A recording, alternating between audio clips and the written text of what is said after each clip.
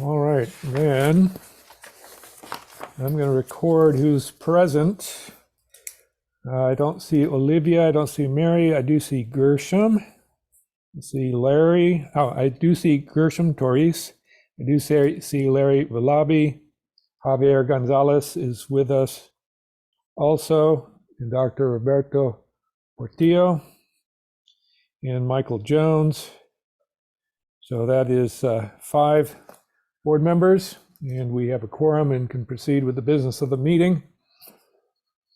So I'd like to call the meeting of the SELA Board of Directors to order on this February 7th at 5:30, February 7th, 2023 at 5:30. And hopefully everybody's had an opportunity to review the agenda. Is there are any changes needed to the agenda at this point? I do have one update. Our high school math lead, Mary Margulies, she was out sick over the weekend, and so we're gonna have to postpone this math update to a later date. Very good. Okay, can I have a motion then to approve this agenda minus the math update? Motion to approve. Thank you. Second? Second. All those in favor say aye. Aye. Aye. Aye. Opposed? Not hearing any, the motion to approve the agenda passed unanimously. That moves us into the public comment. And I don't see any public out there, but is there any item that anybody wishes to address that's not on tonight's agenda? Not hearing anything, we will proceed to reports. And that would be this December Delta monthly update by Ken Park, but I don't see Ken either. So do we want to hold that for a little while? Just to be super clear, Ken is on, as well as Dr. Mansfield, but he did not speak during public comment. Oh, I'm sorry. I didn't scroll down far enough. Ken, good to see you. Welcome. Thank you. Sorry, I tried to rename my Zoom thing, but it just didn't let me, so apologies. It is me, Ken Park from DMS. All right. I should, before you start, Ken, I should then amend my recitation of who's in attendance. In addition to the people I mentioned before, we also have Ken Park from DMS and a Dr. Mansfield as well. So Ken, please proceed. All right.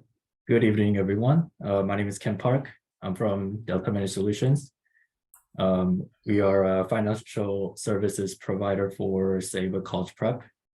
And tonight I will be presenting DMS monthly update, actuals through December 31st, 2022. So this is a summary narrative, which I will be going over tonight. So we can just skip that part. So looking at the summary of actuals, what has happened as of December 31st, compared to our most recent approved budget, which is first interim. So overall, everything seems to be on track. The federal revenues and other state revenues, they are, it is normal to be a little behind of our 50% year to date. There's one thing I wanted to point out tonight regarding LCFF state revenues, which I will go over in the next page, but everything else seems to be on track, especially the expenditures, which is around 43%, whereas we have passed around 50% of the year. So we seem to be on track overall. So one thing I wanted to point out tonight is a funding in lieu property taxes. We have budgeted for this year, we have budgeted $2 million approximately, but we still have not received any payments from PVUSD, our district, from them so far. So I have escalated to their CBO, Clint, I think Rocker of PVUSD. So we are keeping a close eye on the status of the payment for in lieu property taxes. But everything else seems to be flowing through. It is natural for, Ken, if I could just interrupt you, Yes. Josh, I have to go downstairs for a second. So could you have somebody else fill in as chair? Yes. Larry, do you feel comfortable taking over? Okay. Thank you. all right. So yeah, you were going over in lieu and then you're just going over other revenue, I think. Yes. So federal revenue and other state revenues, they are flowing pretty normally. It is normal for federal, especially to lag up behind a little bit, especially the IDS SPED revenue and NSLP. So those are pretty normal, and local revenues, we are expected to see some revenues flowing in student uniforms as well as interest income. If I could just speak to student uniforms. So we've done a lot better job of having access to our uniforms, and we have expenses going out periodically throughout the year to buy in bulk that we keep in an office here at SEBA. And then throughout the year, students are coming in to buy, a shirt or a jacket or multiple items. So we'll see that actual revenue come in at some point. I know Rosie Infante is tracking that closely. Yes. Any questions so far regarding revenues? All right. And on to the expenditures. Expenditures overall, they are, like I mentioned, they are on track as well. We are at 50% with certified compensation and classified compensation. They're 41%, which kind of makes sense because in July, there were less expenses because they were just starting off. So it should be catching up towards the end of the fiscal year. And employee benefits, they scale off of compensations and they're automatically calculated. And if you look at books and supplies, they are budgeted as accurately. And I'm not sure if Paul mentioned that in our last update, we created a uniforms object code, which is 4315. When we budgeted that in there to account for any uniform expenses. So if you look at the services, which is 5,000 object codes, overall they seem to be on track as well. There might be some budget lines that might be needing some adjustments, but Josh and I should be able to polish and adjust those in our next interim budget, which is second interim. So overall, there's nothing to be concerned about. Everything seems to be on track. Okay. So onto the cash flow, monthly cash flow statement. So one thing, the most important part of this cash flow statement is the last line, which is days cash on hand.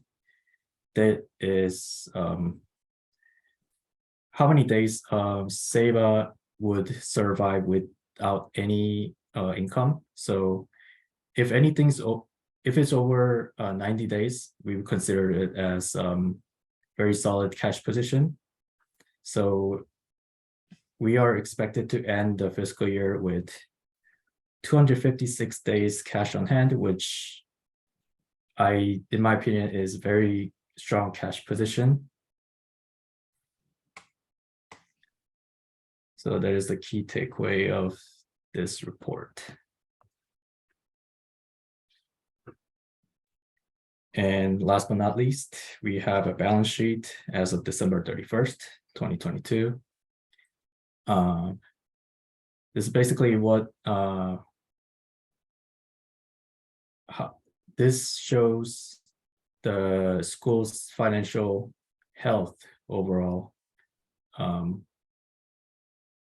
For anyone who might be interested in, such as auditors and lenders and any organization. So it seems to me that the school is in very good shape, like as I mentioned before. And yeah, that's about it. Any questions so far?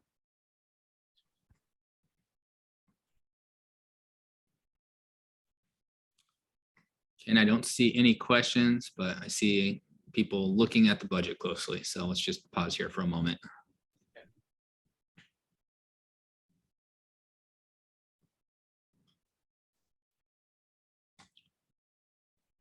Friendly reminder to unmute yourself, and it looks like Michael is rejoining us also, or oh,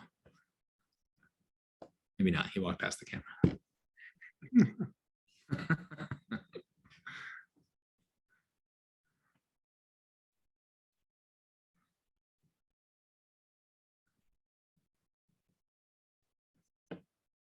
So I'd say the only thing I think we're gonna get ready for our second interim, and I think the one expense that I see going up is we really want to do a lot more kind of activities with our kids to close out the spring semester. We're exploring some kind of retreat activities for our athletes.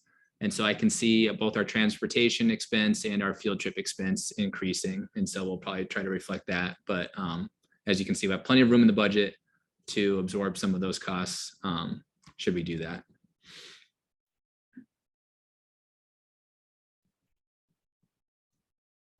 So you can see we're already at field trips here, object code 5835, we're at 68%. So we're a little bit over what we anticipated, even though we're about halfway through the year at 50,000.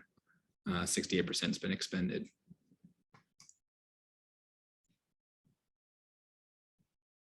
Any questions from board members?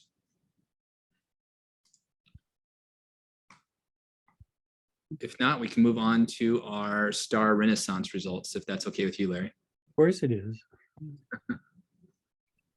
All right, Ken, thank you for presenting today. Very thorough job. Thank you. Ken, as you know, is taking over for Paul, and he's just stepping into this role as kind of the lead for SEBA, and he's been wonderful to work with. So really appreciate being able to work with you weekly, Ken. Thank you. Appreciate it. Okay, stop this for a second.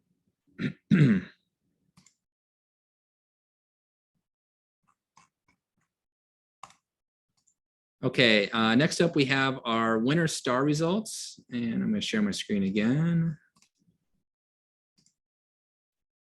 And the Renaissance STAR exam is something that we began implementing a couple of years ago. It took the place of NWEA MAP, and we use that to just kind of gauge whether students are increasing in their proficiency in reading and math throughout the school year. Every school in California is obligated to have some type of testing system outside of the annual SBAC testing at the end of the school year. And so SEBA's is STAR.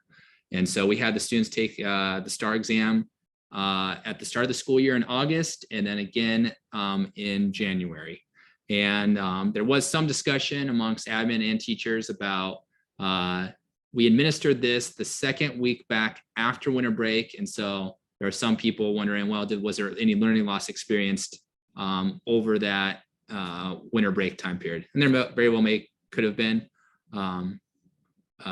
But we'll have one more opportunity to administer this in the spring, in May, after we administer the SBAC exam. So here are the results. Please stop me at any time as I go through these.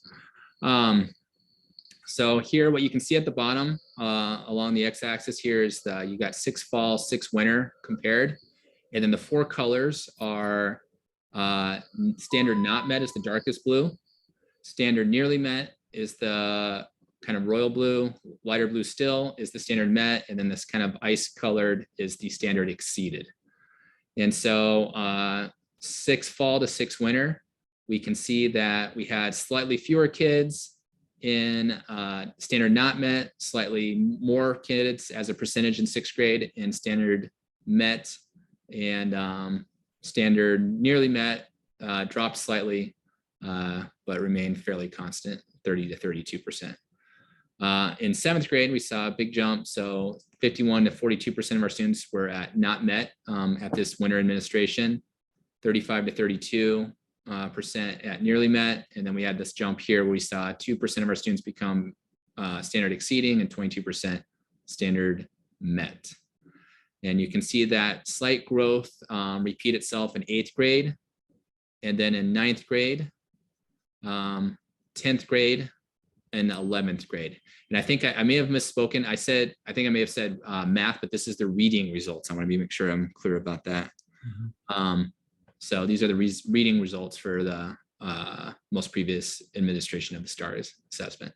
So highlight for me was just seeing how much the kids improved in 9th grade reading fall to winter. So especially this up here, they have 13% of the students exceeding the standard, and that's with a teacher who's been really dynamic in the classroom, built great relationships with the students, and is also a first-year teacher. So Mr. Schratt has just been doing an excellent job. He's actually right outside my door, so I get to see his class every day. Going on to math, we see the same 4 color codes. So the bottom one is standard not met, standard nearly met, the bar above that. Standard met is the lighter color blue, and then the ice colored is standard exceeded. And so we saw a slight dip in 6th grade math, a big jump in 7th grade math, and then a slight dip in 8th grade math, and then 9th grade, some improvement, but still we had 2/3 of our kids at the standard not met category. And again, 2/3 of our kids at the standard not met at the 10th grade category. And then in 11th grade, we did see some improvement. We had just half of our kids at the standard not met category and 8% of our kids at the standard exceeded category. So that was something to be excited about. And that's also with a first-year teacher at SABA, Mr. Steve Hunt. So that was exciting. Going into subgroups here, so we can see our students with disabilities compared to overall. So SW D means students with disability, and the all bar is to the left of it. And so we can see students with disabilities compared to all students at 6th grade, again at 7th grade, again at 8th, 9th, 10th, and 11th. And so unfortunately, we do see a gap there, somewhat to be expected. These are students with IEPs, but we always want to see growth. One thing that I was talking to our director of assessment and accountability about was if there's a better way to capture whether these students grow. So maybe they're still in the standard not met, or maybe the standard nearly met, but are we seeing some type of growth within that range there to see if the students are improving on these assessments. So we're going to work on that prior to the spring administration. Here is math, a similar snapshot of it. So we've got 6th grade all compared to 6th grade with disabilities, 7th grade all, 7th grade with disabilities, and so on, 8th grade, 9th grade, 10th grade, and 11th grade. It's neat to see that 11th grade, 20% of our students were meeting the standard of our students with disabilities. It also, I want to point out, SABA has about a 10% of our student population has a disability and have an IEP. And that number listed there can be thrown one way or the other, just based on, maybe there's 7 kids in 11th grade who have an IEP and 2 of them score proficient, for example. That really pumps up that number. So it's a small sample size to sway these bar graphs up or down. And then we saw reading. These are SEBA overall with socioeconomically disadvantaged. And so we see a slight dip there, but not much. We actually see an increase in our student performance for our students who are socioeconomically disadvantaged. Just as a side note here, we know students who are socioeconomically disadvantaged through their participation in the National School Lunch Program. They fill out a form at the beginning of the year, and if they qualify, they're marked as socioeconomically disadvantaged. So it was neat to see 7th grade SED is outperforming 7th grade overall. 8th grade matched pretty close. Same with 9th, 10th, and 11th, actually a little bit improved over the overall student population. Our overall SED rate for SEBA this year is about 74%. Winter star math scores, and then we see SED compared to overall, slightly lower in 6th grade, slightly lower in 7th grade, slightly lower in 8th grade, 9th grade, 10th grade was about the same, although you could say slightly lower as well, these bottom numbers here, and then a slight improvement over the overall population in 11th grade. Reading so this is for our English learners. So about 25% of our students have not reclassified as fluent English proficient. And their scores on this STAR exam are shown here. So we have the overall 6th grade student population, and then we show how our English learners performed on the reading assessment. And then in 7th grade, we can see that to the English learners. 8th grade, there's a discrepancy. 9th, 10th, and 11th, we can see there that there's a pretty consistent discrepancy, which, to a certain extent is to be expected, as they have not reclassified as fluent English proficient yet. Students do know, and they're informed that this assessment is one of the criteria in which they can reclassify. So they have, they're self-interested to try to do well in this assessment, to use this score to meet one of the criteria to reclassify as fluent English proficient. In math, we can compare our ELs to our overall students, and we see again a similar story. The ELs are performing slightly worse than the overall student population in 6th and 7th and in 8th, in 9th, 10th, and 11th. And so we are seeing growth amongst the ELs, but compared to the overall population, they're still not performing as well as the rest of the students at our school. Josh, how many students are we talking about when we talk about ELs in the, say, the 7th and 8th grade? And 7th and 8th grade, excuse me, I want to say it's approximately 45. I've got 3 classes, and in 8th grade, it'd probably be 35.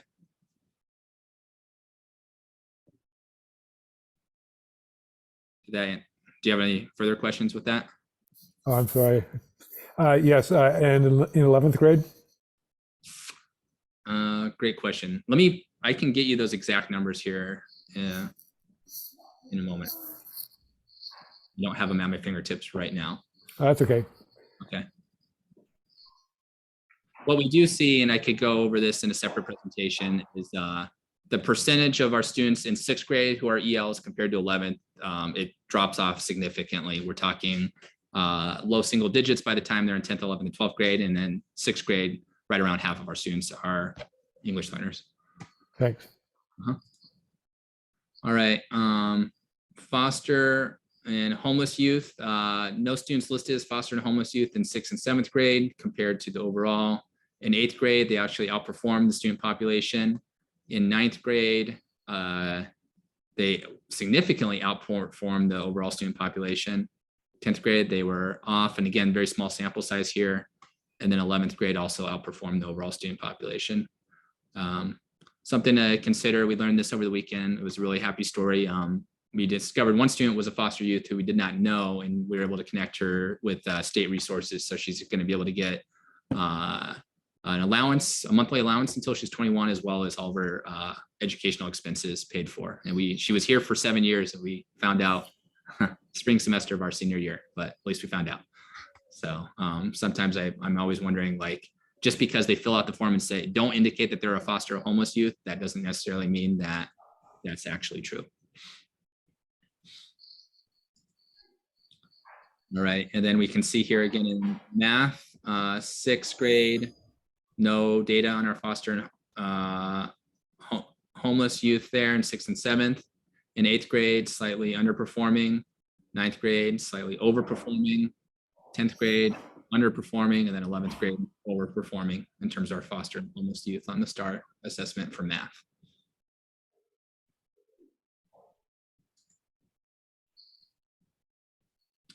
All right, and then I know, Michael, you always are curious about this. So this is going to be our cohorts over time. So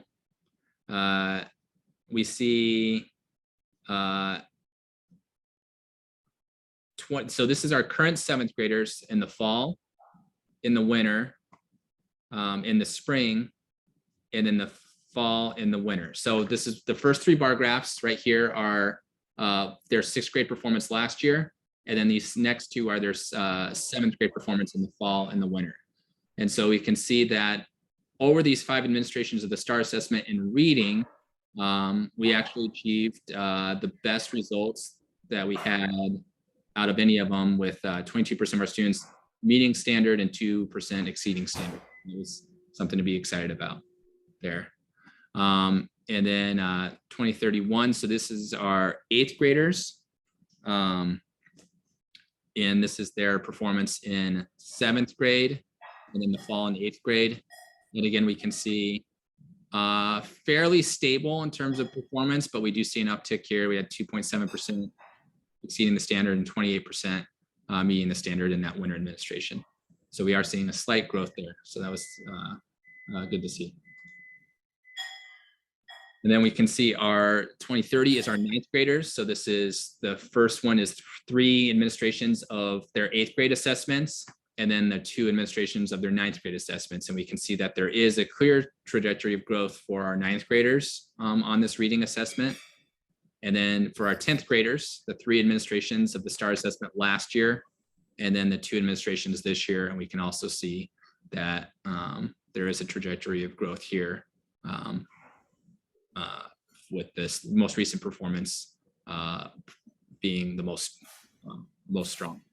Yeah, what I tend to focus on is the black area there. And Okay. so on the left side of your screen, it's, you're going from 41% to 25%, which means that you're reducing that population of kids that are operating at the standard not met level.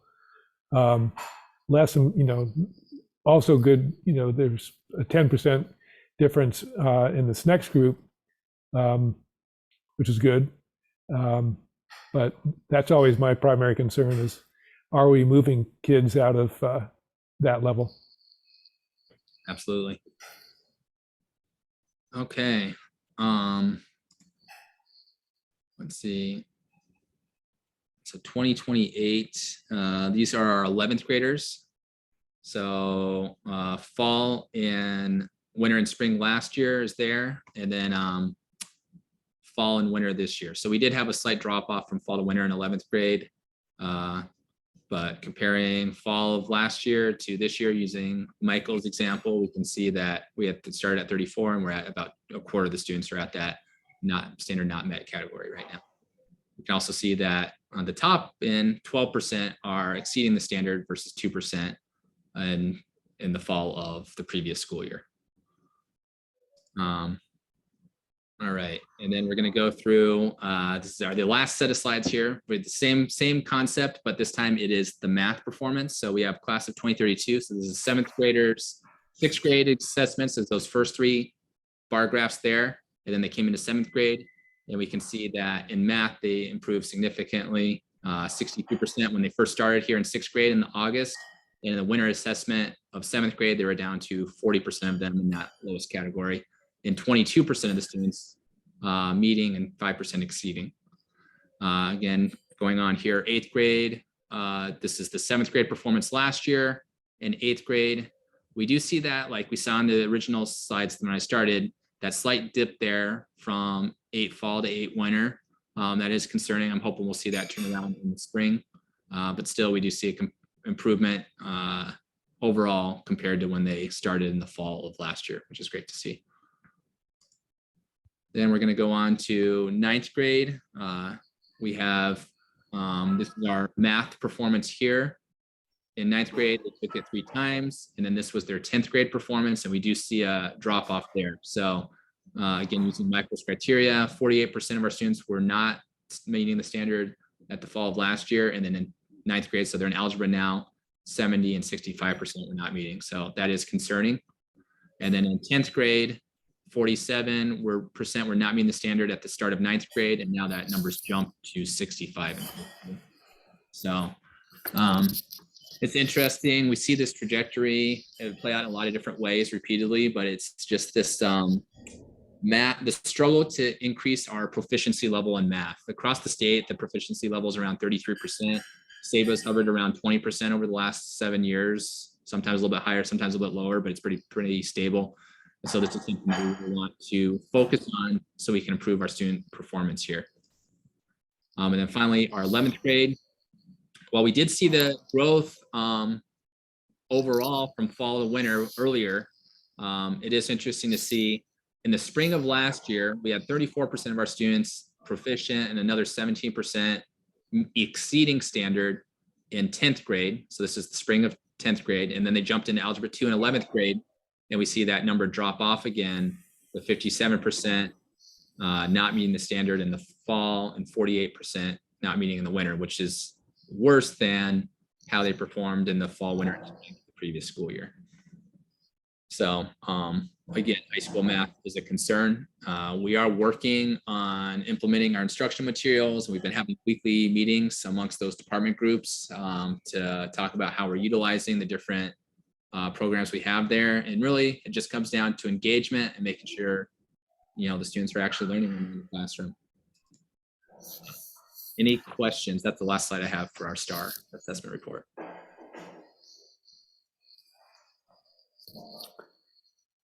Okay, not hearing any questions. Thank you, Josh, for that presentation.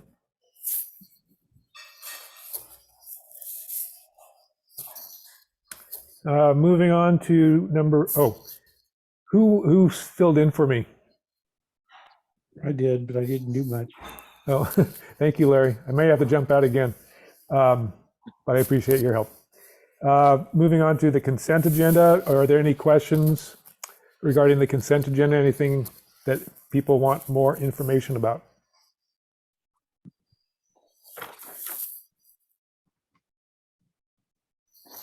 Not hearing anything. Can I have a motion to approve the consent agenda? So moved. Second? Second. Thank you. All those in favor say aye. Aye. Aye. Opposed? Not hearing any. Approval of the consent agenda is unanimous. Moving on to number 6, action items. Returning teacher and new teacher work calendar. Josh? So we approved our academic calendar last month, and this month I am bringing the work calendars to you all. And so our first one up is our returning teacher, new teacher work calendar. There's a 3-day difference. New teachers are going to participate in a 3-day PD training. That's in addition to the 188 workday calendar training or workday calendar that the returning SABA teachers will have. And so you can see both of those there. This is the new teachers would start up on the July 25th and go 25th, 26th, 27th, and then the returning teachers would begin on the 28th. So those are the differences between those two. We talked about this briefly last month, and it was included in there, but we added a PD at the end of the semester. And our end of the semester also is pushed out to the 21st, which is a Thursday. to coincide with what the PVUSD calendar is doing. We always try to be as closely matched to PVUSD calendar for winter break as possible, because many of our students go to Mexico for the break. And then that pushes our start date out to the January 16th. And for the workday calendars, we'll have staff or teachers back on the 12th, which is the Friday prior. It's MLK Day, the 15th. And so that's indicated on each of these calendars here. So I'm asking the board to approve the new teacher and returning teacher work calendars. Any questions for Josh regarding these two calendars? Not seeing any questions. Is there a motion to approve?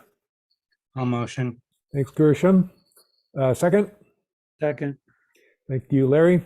All those in favor say aye. Aye. Aye. Opposed? No opposed, so the motion passes unanimously. The calendars are approved. On to the counselor work calendar. Okay, so the counselor work calendar is at 196 days, which is 8 more days than the returning teacher work calendar. And the reason for that is they do a lot of transcript work, as well as work with credit recovery and figure out what we need to do for fall, spring, and summer credit recovery. And so we need them in a few of the off periods. That said, they still do have fall and winter spring intersessions off, at least in part, as well as an extended summer. Their workday calendar also coincides with a slightly increase in pay compared to the pay schedule compared to the teacher pay schedule. So I'm asking the board to approve this counselor workday calendar, which is 196 days. Questions for Josh regarding the counselor work calendar? Not hearing any questions. Is there a motion to approve? Approve. Dr. Portillo? Thank Yes, you. sir. And a second? Second. Thank you, Larry. All those in favor say aye. Aye. Aye. Opposed? Not hearing. Motion passes unanimously to approve the council work calendar. And on to the support staff work calendar. So our support staff work calendar is going to be 228 days, which also coincides with the admin work calendar. SEBA is fairly generous with our work calendar. We give out 26 paid holidays. And so that's just to make sure that all of our support staff, which might be office, paraprofessionals, push and support for classrooms, are able to be here when SEBA staff is here, and then be able to have some paid days off when they're not here, since they are hourly. This calendar indicates that the support staff would be here throughout the month of June. They'd have a couple weeks off in July before returning, along with the admin staff, and then work throughout the year. The support staff can also take off when they would like, and just need to get that to us. So I'm asking this board to approve our 228 workday calendar for our support staff. Any questions for Josh on this calendar? Not seeing any questions. Is there a motion to approve? I'll motion. Thank you, Gershom. Second? I'll second. Thank you, Larry. Is that Larry? Or Javier? Yes. Oh, Javier. Thank you. All those in favor say aye. Aye. Aye. Opposed? Not hearing any. The motion to approve the support staff work calendar is approved. And on to the admin work calendar, which I think he said is the same as the support staff work calendar. Yep, that is accurate. So our work calendar for admin is also 228 days. There's always a discussion around, if you look at maybe a typical principal work calendar schedule, it might be around 210 days. We have a little bit more than that, 18 days. But on the flip side, which as an independent charter, there's a lot of work that needs to be done over the summer and winter break, and we just need that time for everybody to be working together to get a lot of our systems off the ground. So when we look at it closely and think about what we have to do at certain times of year, this calendar, I feel like, is the most effective to making sure that all the things get done that we need to. The admin like the support staff can also take time off as needed, and they have paid time off utilized when they need to throughout the school year. So I'm asking the board to approve the workday calendar for our admin staff. And how many administrators do we have? Great question. I'll pull it up right now.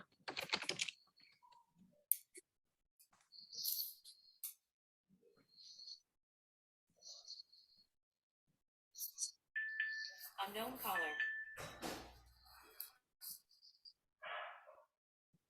We have 8 administrators who are following this calendar. All right, thank you. Any questions for Josh regarding, besides mine, for the admin calendar? Okay, although, can I have a motion to approve? I'll motion. Thank you, Gershom. Second? Second. Thank you, Larry. All those in favor say aye. Aye. Those opposed? Not hearing any. Motion to approve the admin work calendar is approved unanimously. And that brings us to the end of the agenda. Josh, do you have any closing comments? I attended the city council meeting tonight.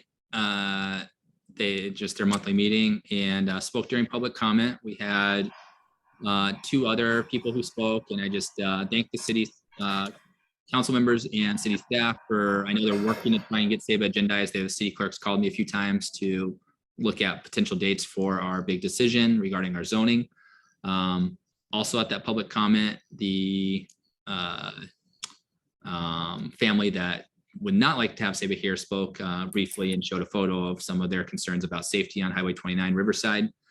And I'm going to send out a letter tomorrow to our families indicating that we're going to have a town hall meeting next Saturday to discuss the upcoming decision. So just wanted to let the board know about that.